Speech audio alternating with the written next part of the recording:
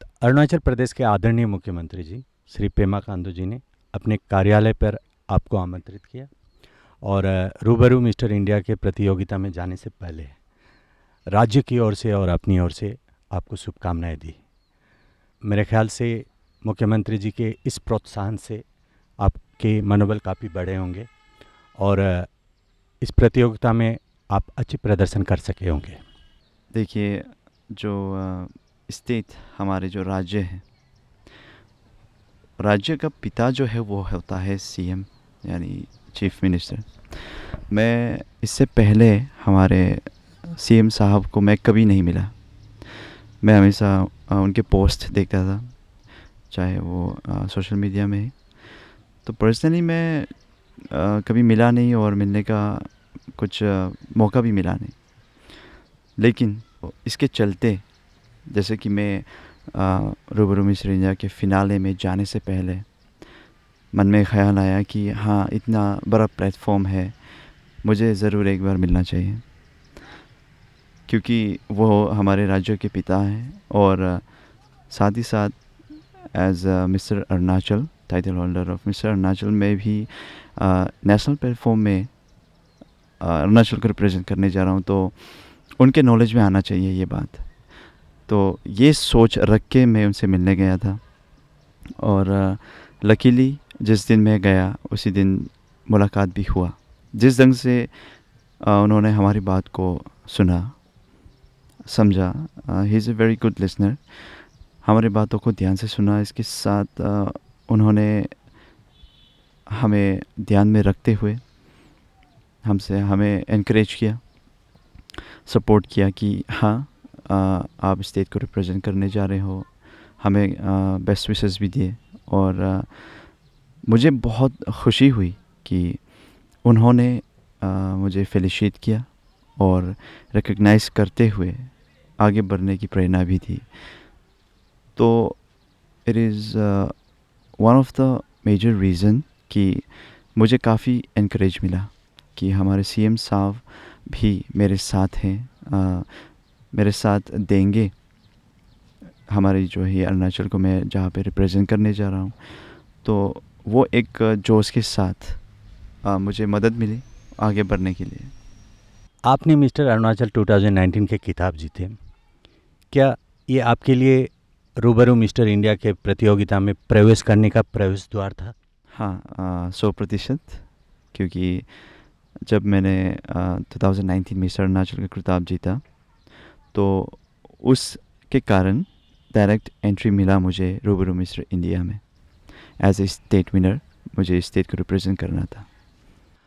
अगर कोई नौजवान रूबरू मिस्टर इंडिया के प्रतियोगिता में शामिल होना चाहते हैं और वो मिस्टर अरुणाचल की किताब हासिल करने का सौभाग्य उन्हें प्राप्त नहीं हुआ, तो क्या ऐसे में उनके लिए कोई दूसरी राह है उस प्रतियोगिता में शामिल होने की? कोई दूसरी विकल्प है? जहाँ तक मेरी बात है, मैं मिस्टर अरुणाचल बना हूँ, तो मुझे एक गेटवे मिल गया कि स्टेट विनर के हिसाब से मैं वहाँ रिप्रेजेंट करने गया। हर किसी को रूबरू मिस्टर इंडिया जो है, हर किसी को मौका देता है ख़ुद को प्रदर्शन करने के लिए, कि एक ओपन ऑडिशन रख देता है कि जो भी युवक अपने आप पे भरोसा रखता है, अपने टैलेंट पे भरोसा रखता है, वो आके ऑडिशन दे सकता है और इस पे भाग ले सकता है। आपको अरुणाचली फिल्म कैपिटल के लिए सर्वश्रेष्ठ अभिनेता, बेस्ट एक्टर के पुरस्कार से नवाजा गया और ये जो पुरस्कार है, आपके पिताजी को आपकी तरफ से पुरस्कार के सम्मान प्राप्त करने का सौभाग्य मिला। शायद आप किसी कारणवश आउट ऑफ स्टेशन थे, तो जब आपके पिता ने आपकी तरफ से एक पुरस्कार धारण किया तो आपको कैसा लगा? सच कहूँ तो जब अवार्ड का जो डेट जो है वो फिक्स हुआ और मैं वहाँ पे किसी रीज़न से नहीं हो पाया, तो मुझे बहुत बहुत दुख लगा कि मैं इस पल के लिए जाने कितने दिन से इंतज़ार कर रहा था। और जब ये फाइनली आया और मैं वहाँ पे एन मौके पे प्रेजेंट नहीं रहा, तो मुझे बहुत दुख लगा कि मैं वहाँ पे नहीं आ पाया। लेकिन जब मेरे पिताजी ने मेरे ऑन माय बिहाफ उन्होंने अवार्ड जो है एक्सेप्ट किया, तो मुझे फ़ील हुआ कि जो हुआ बिल्कुल सही हुआ। जो हुआ बिल्कुल सही हुआ कि मैं वहाँ पे प्रेज़ेंट नहीं था, क्योंकि मेरे बिहाफ में जो मेरे पिताजी ने अवार्ड लिया, उसको देख के मेरी खुशी जो है वो 10 गुना ज़्यादा हो गई। मुझे काफ़ी प्राउड फ़ील हुआ कि जो मेरा सक्सेस है, जो मैंने अचीव किया है, उस चीज़ को मेरे पिता वो एक्सेप्ट कर रहे हैं। तो इससे बड़ी खुशी की चीज़ हो ही नहीं सकती मेरे लिए। और अगर मैं वहाँ पे होता तो शायद मुझे वो खुशी महसूस नहीं होती। क्या हमारे व्यूअर्स के लिए आप अपनी इस फ़िल्म से अपनी एक पसंदीदा डायलॉग सुना सकते हैं? हाँ, ज़रूर। ठीक है, मैं आपसे ये माइक ले लेता हूँ। तो इस सीन में जो है मैं अपने प्रेमिका को प्रपोज़ करता हूँ। क्या मैं तेरे साथ अपनी ज़िंदगी की खुशियाँ बाँट सकता हूँ? फ़िल्म गुड लक जरी में जाह्नवी कपूर के साथ एक छोटी-सी भूमिका निभाने का आपका अनुभव कैसा रहा? जब मुझे कॉल आया उनका कि मुझे उस छोटी सी जो रोल है उसके लिए मुझे सेलेक्ट किया गया है, तो मैं बहुत खुश हुआ, बहुत ही खुश हुआ। और साथ ही साथ कहीं ना कहीं थोड़ी सी नर्वसनेस थी कि आखिरकार ये एक बॉलीवुड मूवी की शूटिंग है, किस तरह से होगा, मैं कर पाऊँगा या नहीं, इस तरह के क्वेश्चंस जो है वो मेरे माइंड में आ रही थी। लेकिन जब मैं वहाँ पहुँचा तब सारी परेशानियाँ, सारी जो दर्द थी वो गायब हो गई।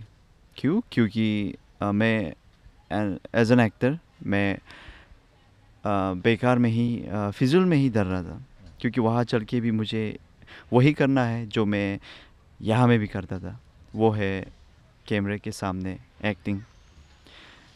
तो वो देख के मुझे रियलाइज़ हुआ कि मुझे यहाँ पे भी कैमरे के सामने एक्ट ही करना है, जो मैं अरुणाचल में भी करता था। तो वो नर्वसनेस गायब हो गई, क्योंकि एक्टर लोग की जो खासियत है वो ये है कि कैमरा शुरू होते ही वो बाकी दुनिया को भूल जाते हैं, जो कैरेक्टर पे हैं उसे दिखाने के लिए। तो मेरे साथ भी ऐसा हुआ। लेकिन हाँ, फ़र्क तो बहुत था कि एक रीजनल मूवी जो है मैं यहाँ पे करता अरुणाचल में, और वो एक बॉलीवुड लेवल की है। जो डिफरेंस था वो काफ़ी नज़र में आया। और अच्छा लगा कि इतने बड़े मूवी सेट में, इतने बड़े प्रोडक्शन हाउस के साथ, जो कि बॉलीवुड इंडिया के सब अभी लीडिंग में है इंडस्ट्री में, और शायद वर्ल्ड के सेकंड लीडिंग इंडस्ट्री में आता है मूवी को लेके। तो एक तरह से प्राउड फीलिंग भी आया कि मैं एक छोटे से शहर का लड़का हूँ, उन लोगों के साथ मूवी में काम कर रहा हूँ, और जो एक्सपीरियंस मिला वो बहुत था। तो मुझे बहुत अच्छा लगा, और मैं आशा करता हूँ कि आगे चल के कोई और अच्छा रोल भी मिले। तो आपने अरुणाचल फ़िल्म पर काम कर चुके थे।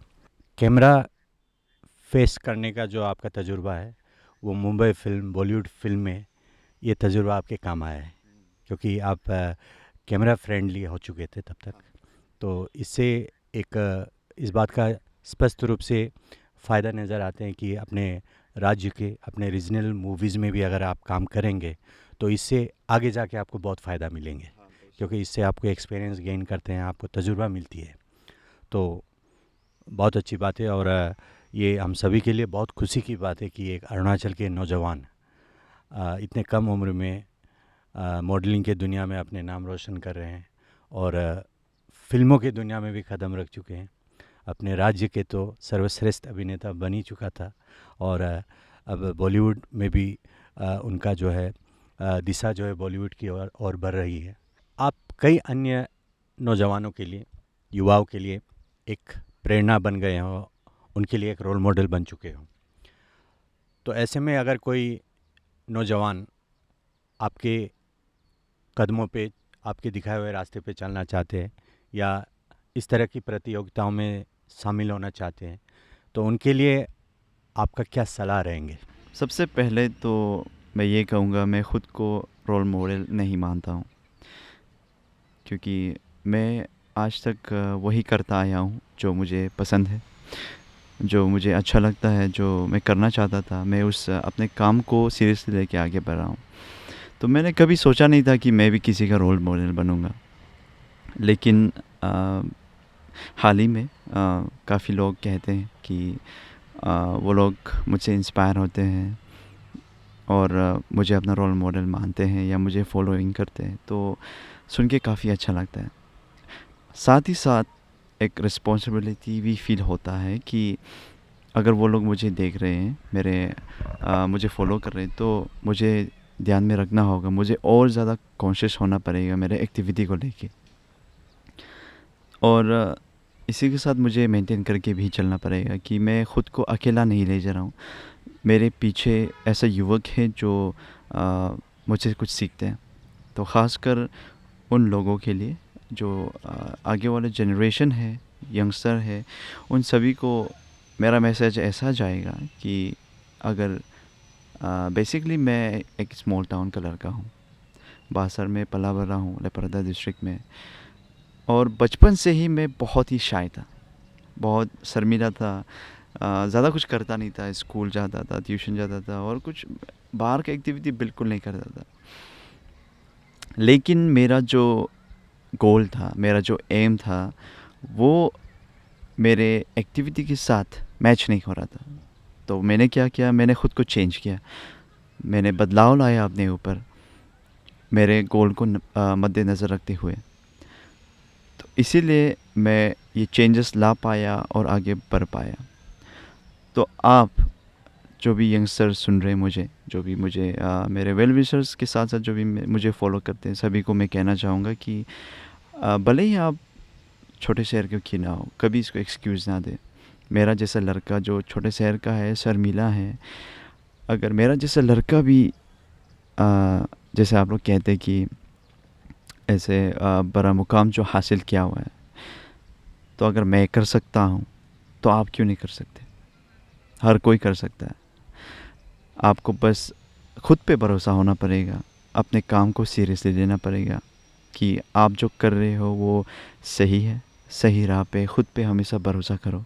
और हाँ, क्योंकि कई बार ऐसा भी होता है कि हमें बड़ों की जो है एडवाइस की कहीं ना कहीं ज़रूरत पड़ जाती है, क्योंकि बड़े जो हैं वो पल को जी लेते हैं और वो दुनिया काफ़ी हमसे ज़्यादा देख लेते हैं। तो इसलिए उनका जो एडवाइस है वो हमेशा मायने रखता है। तो मेरे लिए मेरे पिता थे, हमेशा लाइफ के फेलियर में या हर स्टेप में कहीं ना कहीं मुझे हमेशा ऊपर उठाते थे एडवाइस के साथ। तो जितने भी युवक हैं, हमेशा ख़ुद को बनाए रखिए, भरोसा रखिए। और अगर आपको कुछ भी चीज़ पसंद हो, भले आपको मॉडलिंग नहीं करनी होगा, एक्टर नहीं बनना होगा, लेकिन किसी भी चीज़ में, चाहे वो स्पोर्ट्स हो, चाहे वो कुछ भी हो, आप खुद पे भरोसा रखें, मेहनत करें, तो ज़रूर आगे बढ़ेंगे। तो आपने बिल्कुल सही कहा कि सक्सेस जो है रिस्पॉन्सिबिलिटी अपने साथ लेके आते हैं।